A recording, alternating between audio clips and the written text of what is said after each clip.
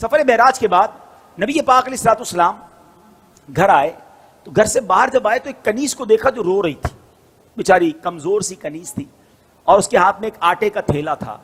نبی پاک نے فرمایا کیوں رو رہی ہو؟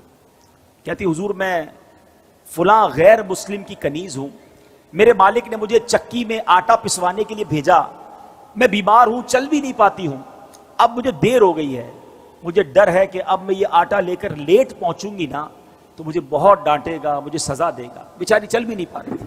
اللہ کے حبیب، رب کے حبیب ابھی ابھی معراج سے آئے ہیں، اتنا بڑا شرف پا کر آئے ہیں، مگر نبی پاک نے فرمایا اچھا چلو میں تمہارے ساتھ چلتا ہوں، تمہارے مالک کے پاس تمہاری سفارش کر دوں.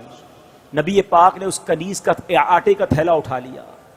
تھوڑی سی دیر رکتا ہوں، مجھے اور آپ کو کوئی بڑا مقام مل جائے تو اب غریب تو گئے نا، ان سے ملنے کی کیا ضرورت ہے بھائی، میرے تو تعلقات کدھر ہیں، میں تو فلاں پروگرام میں جاتا ہوں، مجھے تو ادھر بٹھایا جاتا ہے، میرا تعلق بڑے لوگوں سے، اب پرانے دوست غریب رشتہ دار ان کا کیا کرنا ہے. ارے عرش کے دولہا بن کر آئے ہیں اور کنیز کے آٹے کا تھیلا اٹھا رہے ہیں. تیری عاجزی پہ لاکھوں، تیری سادگی پہ لاکھوں، وہ سلام عاجزانہ مدنی مدینے والے. سنو میرے آقا اس کے گھر پہنچ گئے، دروازہ کھٹکھٹایا. وہ نبی پاک علیہ الصلوۃ والسلام کو جب دروازے پر غیر مسلم دیکھتا ہے تو ہکا بکا رہ گیا. جانتا تھا کہ یہ مسلمانوں کے نبی ہیں، تو کہا آپ کیسے تشریف لائے؟ تو فرمایا کہ یہ تمہاری کنیز ہے، پریشان تھی، ڈر رہی تھی تمہارے پاس آنے کے لیے، اس کو معاف کر دو. وہ بتائے وہ کیا کہتا ہے، وہ جو غیر مسلم تھا کہتے ہیں پہلے مجھے بتائیے آپ کو آج رات معراج نصیب ہوئی ہے نا؟ غیر مسلم کہتا ہے اے محمد صلی اللہ تعالی علیہ وسلم آج رات آپ کو معراج نصیب ہوئی ہے؟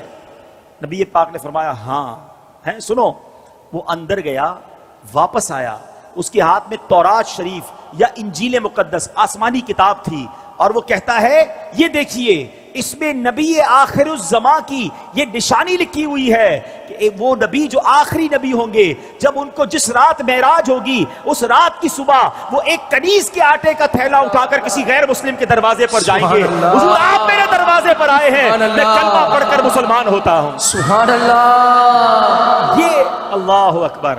اب یہ میرے آقا کی شان ہے کہ نبی پاک کی اس معراج کا ذکر اور معراج کے بعد اس عاجزی کا ذکر بھی آسمانی کتابوں میں موجود ہے. ارے جن کے نصیب میں ماننا ہوتا ہے، جن کے مقدر میں ایمان لانا ہوتا ہے، جن کے مقدر میں عشق رسول ہوتا ہے، ان کو یہ سعادت ملتی ہے. بڑی پیاری بات شاعر کہتے ہیں، عقل والوں کے نصیبوں میں کہاں ذوق جنون.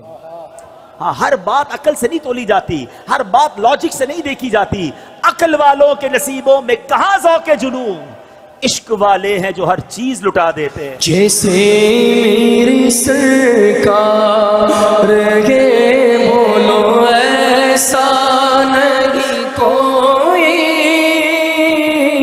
جیسے میرے سرکار